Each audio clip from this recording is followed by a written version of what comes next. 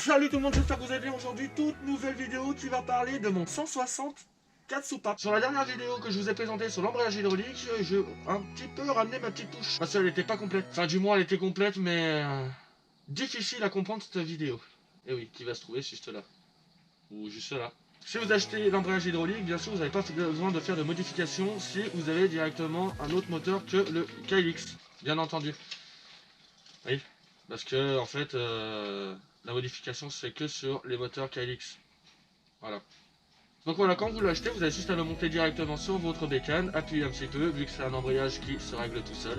Et voilà, c'est parti. Par contre, je reviendrai plus dessus, à part si vous avez des questions à me poser directement en commentaire. Donc voilà, aujourd'hui, on va parler de mon moteur. Mais alors, pourquoi j'ai choisi un 164 soupapes? Parce que déjà, d'une, c'est le feu. Comment ça, c'est le feu? Bah ouais, ça va changer quand même la vie. Ah bon? Pourquoi t'as pas gardé ton 140? Bah, depuis que j'ai mon 140, j'étais content, mais bon, pas assez puissant, donc du coup, voilà, quoi, on essaye de s'adapter. Et puis j'ai envie d'un truc qui broie, quoi, qui arrache le bitume, qui fait des traces de pneus quand je pars. Calme-toi, calme-toi. C'est pour ça que j'ai choisi un 164 soupapes. Déjà d'une, parce que c'est un moteur qui est très bien dans les hauts régimes comme dans les bas. Et bien sûr, on peut faire plein de trucs. Plein de trucs, c'est-à-dire... Enfin, on peut faire plein de choses avec. La plage d'utilisation est vraiment très bien. C'est un moteur utilisé dans la compétition, aussi bien dans le cross que dans le super motard.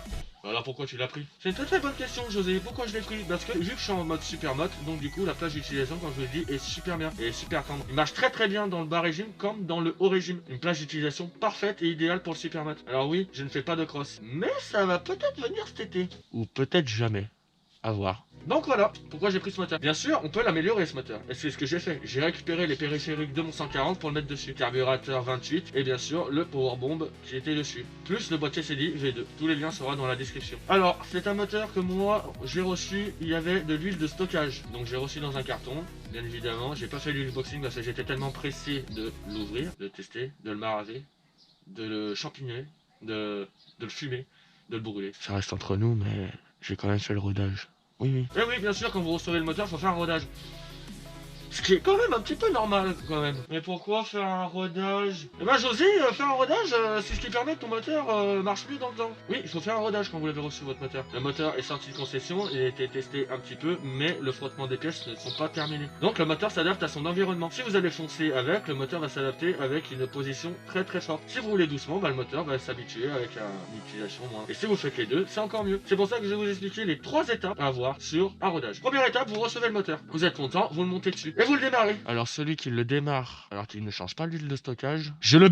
Oui, quand vous recevez votre moteur, bien sûr, il y a de l'huile de stockage dedans. Il n'y a pas de l'huile définitive. En fait, c'est une huile qui sert à stocker le moteur quand il est dans les entrepôts. Pour éviter qu'il roule ou qu'il y a de la merde qui rentre dedans ou bref, une utilisation pour le stockage. Donc quand vous recevez le moteur, vous faites votre première vidange. Quand vous recevez votre moteur, vous avez une vidange à faire. Ensuite, vous démarrez votre moto pendant 20 minutes. Vous la laissez tourner. Et sans donner de coup d'accélérateur dedans. Non, mais je vous vois venir. Mais pourquoi faut pas mettre de coup d'accélérateur dès qu'on le reçoit? Bah, c'est pour éviter de choquer le moteur, bien évidemment. Si vous faites directement à froid, bah, le moteur va pas aimer et donc du coup, vous allez tout casser. Et le rodage, en plus, sera mal fait, vu que les pièces ne sont pas épousées l'une dans l'autre. À peu près comme dans Papa et Maman, quoi. Non. Je vais aller là. Et pas donner de coup d'accélérateur dedans, et bien la laisser tourner 20 minutes. Comme ça, la porosité des matériaux vont tomber dans l'huile, ce qui fera une meilleure étanchéité du moteur et bien sûr un meilleur rodage. Ensuite, dès que vous avez démarré votre moteur pendant 20 minutes, vous le refroidissez, vous l'éteignez, vous le refroidissez et ensuite vous faites votre vidange. Ça va éliminer toute la porosité du moteur. Ensuite, bah, vous refermez, vous remettez le niveau d'huile à flot et comme ça vous pouvez rouler. Et ça, c'est la première étape. Deuxième étape, premier plein. Et oui, les premiers pleins sont souvent difficiles chez les motards parce qu'ils sont un petit peu frustrés, faut pas mettre dedans. Mais bon, si vous mettez dedans, c'est à vos risques et périls et je ne serai pas responsable de ça. Et surtout que la garantie, elle ne marchera pas parce qu'ils savent que vous aurez tapé dedans. Voilà, et ensuite, et ben du coup, bah, vous faites ça sur un plein. Vous roulez tout doucement avec. Ne mettez pas des coups de fils de pute dedans, d'accord? Ça ne sert à rien. Voilà. Deuxième plein. Là, vous avez le droit d'allumer un tout petit peu plus. Donc 3/4 poignées, bien sûr, en respectant le protocole. Bien sûr, n'hésitez pas à prendre des montées et des descentes. Comme ça, le moteur s'habituera à un changement de gravité et surtout, le moteur s'adaptera mieux en montée et en descente. Si vous faites ça que sur du linéaire, le moteur ne se rodera pas à votre convenance. Et surtout en utilisation route et en cross, beaucoup de montées et de descentes le moteur s'adaptera mieux à une utilisation. Et troisième plein, et ben du coup, ben là maintenant vous avez le droit de rouler normalement à une utilisation que vous voulez, mais par contre en respectant aussi ne pas les mettre dans les tours et pas faire du watatatata,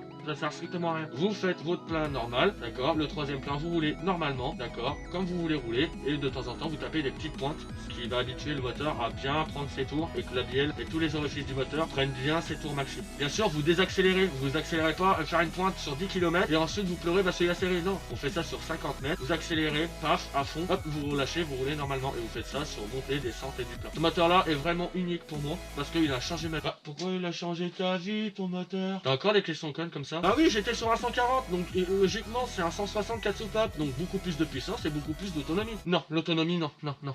L'essence ça suce sa grand-mère. Ah le plein je le sens passer dans mon trou de balle. Ah quand ça tape dans le cul comme ça. J'espère que cette vidéo vous aura plu. N'hésitez pas de mettre en commentaire si cette vidéo vous aura plu. Si vous avez des questions sur le moteur 164 soupapes, bien sûr n'hésitez pas à me mettre en commentaire si vous avez des questions. Bien sûr le lien sera dans la description de tout ce que j'ai acheté et tout ce que j'ai mis sur mon moteur en type V1. Bien sûr je ferai une autre vidéo sur mon moteur 164 soupapes pour les modifications générales et bien sûr pour le pousser au maximum. J'entends par là changer l'embrayage, mettre du renforcé et tout. Donc prépa moteur complet. Bien sûr n'hésitez pas à vous abonner, d'activer la cloche de notification et sur ce, moi je vous dis cramez du pneu, allez bisous.